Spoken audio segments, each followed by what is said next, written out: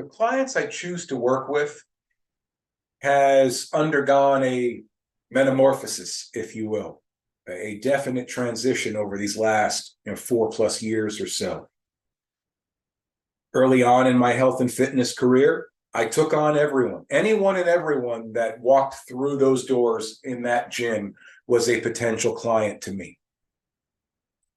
And of course, you have to do it that way because you have to get a sense of what type of person you want to work with, male, female, both, younger, older, stay-at-home moms or business women or stay-at-home dads, businessmen, whoever it is, athletes. You need to get a better sense of who you want to work with, because then you can start dialing in your approach. Because certainly the way I would train an athlete would be far different from a retired man or woman.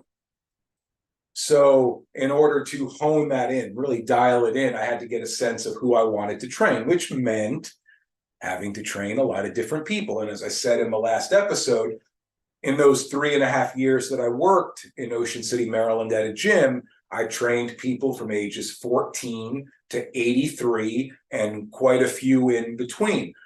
More women than men. It just kind of worked out that way. But still, I had a really, really good cross-section of people. I had some people who I trained some athletes.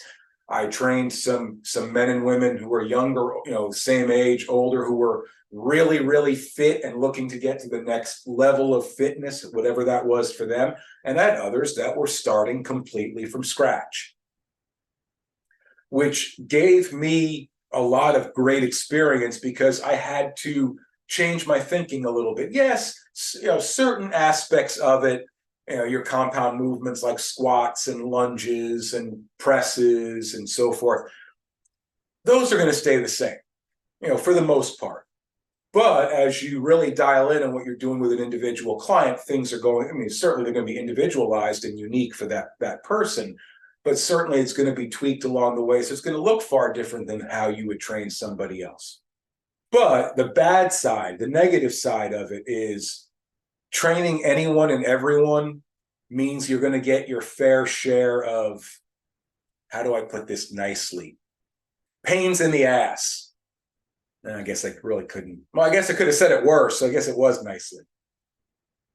People who say they want to be healthy and fit, then they pay you to help them achieve just that, and they consistently call off at the last minute if they show up at all and say anything. They do very little of the work. They bitch and complain, don't want to do anything on their own, outside of our training sessions, none of those things. But again, you have to go through those people as well to get a sense of who you don't want to work with. I just stopped and thought, all right, who do I know best? Who are the type of people that I know best? Well, I know my own family. I know how important it was for me to become healthy and fit back in the day when my youngest was just born and my wife was soon to be diagnosed with cancer, and we had 2 young boys as well, along with Zach. I knew I had to be healthy and fit for them, because to be at my best for them meant being at my best for me. So those are the people I know best. Those are the people I can relate to best. Those are the people that I'm going to resonate with and connect with best. Those are the people, when I hear their stories of struggle and frustration and disappointment and failure, I'm going to be thinking in my head, man, do I know how that feels? Remember this time when such and such? And a story would pop into my head. So that's who I focused on. I focused on mothers and fathers and people who have others around them, family and friends who count on them dearly, who really rely on them for their support. So they want to be at their best so they can be at their best for those people. That's where the term, if you've been around me long enough, that's where the term generational health came from. Because when I did the work for myself, yes, I was doing it for me. And first and foremost, I had to do it for myself. But while doing it, I was, even if it was unbeknownst to me, even if it was indirectly, it was impacting those around me because they saw what I was doing.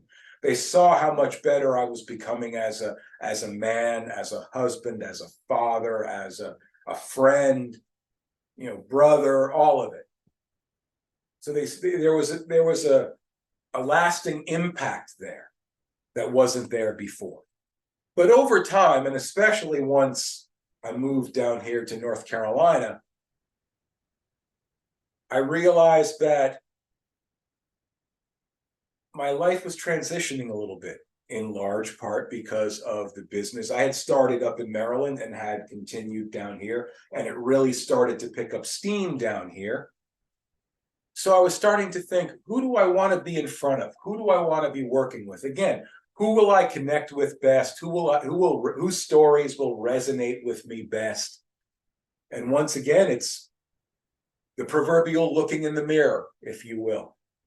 I'm in front of people like me, family-oriented people who are business people, who are entrepreneurs, who may own a business or operate a business, manage a business, or in general are simply so career-oriented that they've sacrificed, either willingly or unwillingly, their own health and fitness in the name of, as I knock my microphone out of the way, in the name of building a business, building a successful career. Because again, that's me as well.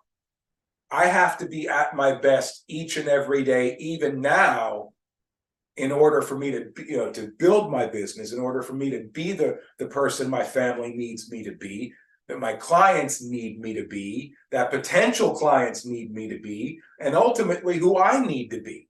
So I started making the transition. That's where the new catchphrase, if you will, mantra, fitness is our business. And it is. But it's all of us. It's not just my business. When I work with someone, they're a part of this business. They're a part of my fit family, if you will. My clients who have been with me long enough have heard that term many, many times. Fit family. That's who they are to me. They're fit because they've done the work, and they're family.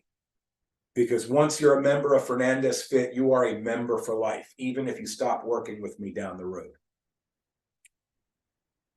Because in the beginning, when I was starting to operate my business, and there's a lot of time and effort put into that, just like anybody else would in any field. So I was taking away from me to put it into the business, to put that time and energy and focus and work ethic into the business. But then I had to stop and think one day, so, well, wait a minute. If I'm not at my best, how am I being at my best for my business? How is this any different than when I was pushing 250 pounds and I wasn't at my best individually, personally, so I wasn't at my best for those people in my life, my family, my friends, and so forth, who count on me? I'm not at my best. How is that any different? It's not. So I had to refocus on making sure that I took care of myself so I can take care of everyone around me, so I can take care of the business that I'm growing. Because those are important to me. They're all important to me.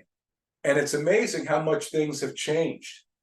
I don't know if you've noticed on Facebook of late, a lot of great, great people, going to bat for me when people are asking on social media, hey, I'm looking for a coach, I'm looking for a personal trainer, I'm looking for help with my nutrition, and boom, post, tag me.